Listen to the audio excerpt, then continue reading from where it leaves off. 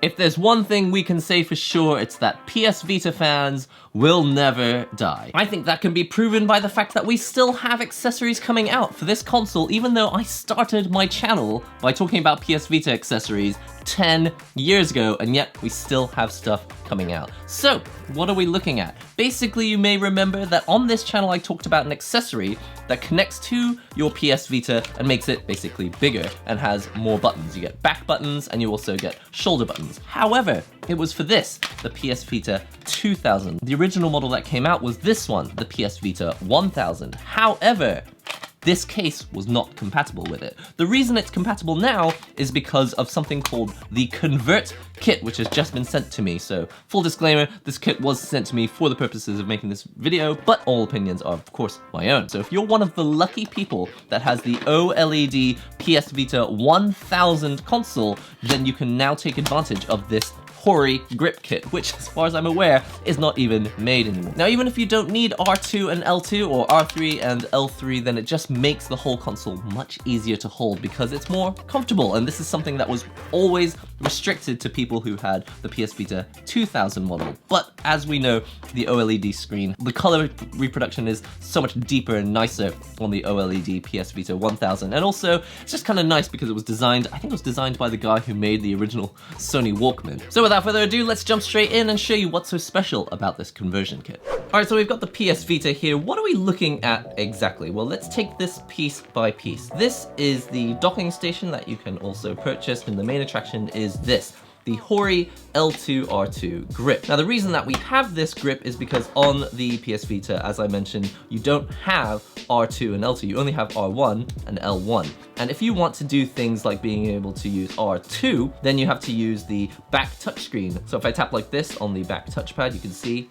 I get little kicks like so. However, it is hit and miss because sometimes you'll miss the button, you may actually press a little bit lower and get the wrong button, you'll get R3 instead of R2. So in order to solve the issue of accidentally pressing the wrong part of the touchpad, you actually have these pads built into the L2 R2 grip by Hori. This product that I'm showing you today is not the grip. I've actually made a separate video, it was like 5 years ago, on this specific grip, but what we're looking at today is the conversion kit, which allow this grip to work with the PS Vita 1000. What you see here was not possible until now because it was actually designed originally for this, the PS Vita 2000. The PS Vita Slim fits in here, no problem, that's what it was built for, but Hori never made a version that would work with the PS Vita 1000. So, by removing this flap here and by cutting these parts off and adding the parts made by Teddy for this conversion kit, you can turn this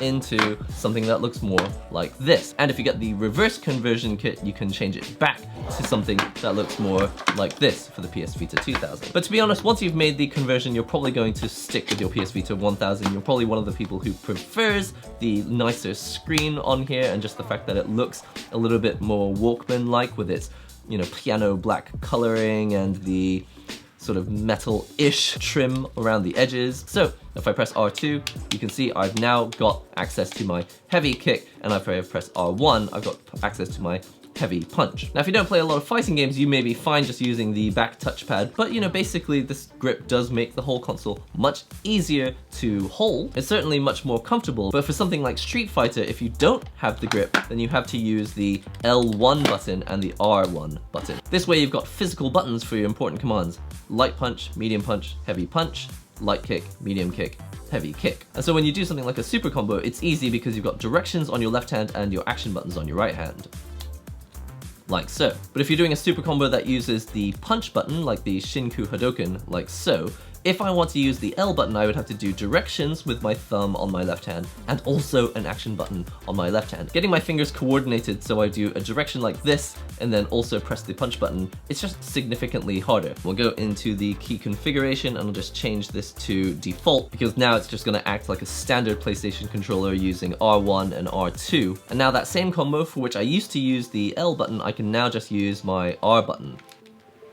And it's so much easier to come out. And I can also do the kick super using the R2 button Again, action buttons on the right, directions on the left. What's kind of annoying about the PS Vita is that although you can do this on retro games like PS1 games, you can't really do this on games that are actually built in. So for example, I've got this game here, Street Fighter Cross Tekken, which was for the PS Vita. It's a PS Vita game, but you can't map R2 to any of your commands because it just assumes that you're going to use the R1 and L1 buttons for those commands. Alright, so you can see I'm playing Street Fighter V, which is remote play through my PS4 onto my PS Vita. This is not my favorite way to play this game because obviously there's a significant amount of lag incurred by playing through remote play. But let's say you're a crazy person and you really do want to play Street Fighter V through remote play on your PS Vita. Even if you have this grip, the R2 button does not do anything and there's no way to map it. So even if you hold down this button, there are no special options. All you can do is press this button and show the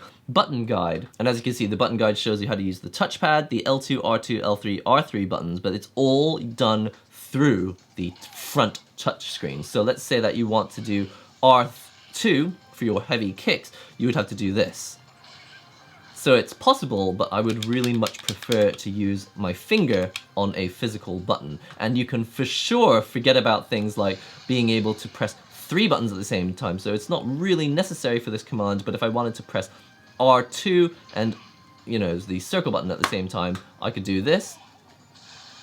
And it's, you know, just barely possible, but pressing a touchpad button and pressing a physical button at the same time for an EX move, it's not easy. So for PS1 games, absolutely brilliant being able to map these buttons here, or even the R3 and L3 buttons. But in something like PS4 Remote Play or actual PS Vita games, this grip doesn't really help you out that much. What it does help for is if you've got custom firmware on your PS Vita and you're running emulators. Now personally, I don't have any emulators on my PS Vita, but if you did have emulators, you'd be able to probably map the back touchpad to all sorts of things and, you know, freely use whatever homebrew applications have been cooked up for it. Now I actually expect that most of you do have emulators on your PS Vita, but mine does not, and so for me, this is not really super helpful apart from PS1 games like I was just showing you. Trying to do a super combo with my left hand, you know, it's just really, really difficult. I can do it if I try, but then in the middle of a combo, even harder. So something like that is possible if I try and press the button like this for the low kick and then go for the super combo using my left finger here. But it's just so much easier if I have all the action buttons on my right hand, so it's something like this. Directions on the left hand, action buttons on the right hand. Now just so you can have a quick look at the conversion kit itself, we'll put the PS Vita off to the side and just have a look at the kit. You get this top part, which just clicks straight into the original grip, and if you want to install these clips here at the bottom, you will actually have to cut off the original part here. On an original PS Vita 2000 grip, it's got these little hooks over here. These parts you'll just have to cut them off with some kind of blade. Once you've done that, you just slide these 3D printed clips into it like so, and then it is now big enough to hold the PS Vita 1000. And what's really cool is that if you also get this stand, which is also designed for the Hori grip, so you can have your PS Vita perfectly on display like so. So in summary, it's a really cool conversion kit if you've got a use for it, and for PS1 games like this one, yes, it's absolutely amazing to have this conversion kit, but if you don't have your PS Vita actually modded, and you don't have, you know, emulators where you can actually map the buttons, you may get less use out of this. Well, that's all for the conversion kit for the Hori grip for the PS Vita 1000. If you are interested in it, it costs something like $20 on a site called Shapeways, which will print it for you. But if you also want the kit that will revert your grip back to being able to work with the PS Vita 1000, there's a separate kit for that, and it's something like $18 or so. Overall, it's just really awesome to be able to hold my PS Vita 1000 in a comfortable way, but also for games that are compatible with it, being able to use R2 and L2 or R3 and L3. Now, on the one hand, you may argue that this is a little bit pointless because you can already do stuff like this on the Steam Deck or any of these Windows handhelds coming out, or if you've, I don't know, maybe modded your Nintendo Switch. There's so many other ways to do something similar to this with a console that actually has L2 and R3 or L3 buttons built in. But there are plenty of reasons why you may want to do this on your PS Vita For example, if you don't want to mod your console, you can just do what I've done, which is just playing actual straight up PS1 games, which you download from the original PS Vita store, and just play them through this, and the support is built in, being able to use the R2 and R3 buttons here on the back. But the other reason you may want to do this is just that, unfortunately, there really has not been a handheld since the PS Vita that has a better D-pad than this. There's so many reasons why I would prefer to be playing on my PS Vita compared to any of the modern handhelds that are coming out. And it's because Sony actually cared about quality things like this clicky D-pad or the quality of these action buttons. I was never really a super big fan of the shoulder buttons, but I think the D-pad for me is always something that will draw me to the original PS Vita. And also the PS Vita 2000, honestly, I think this is pretty much the same D-pad on here. If you're interested in getting these things printed yourself, I'll put the link to the Shapeways website in the description box below. If you haven't already, like the video, subscribe if you loved it, and comment on what game you would be playing on your PS Vita if you had this conversion grip kit. Honestly, it's just a really cool time to be in because people can 3D print pretty much anything you want, so no console really ever has to die. And for people who are enthusiasts, who love this sort of stuff, you don't ever have to give up on your favorite handheld or console, because there are people out there who will build new batteries or build new conversion kits or 3D print some kind of accessory to make things never really ever have to die, and that's really cool. Anyway, that's all I've got time for today. I've been NihongoGamer. I'll see you real soon.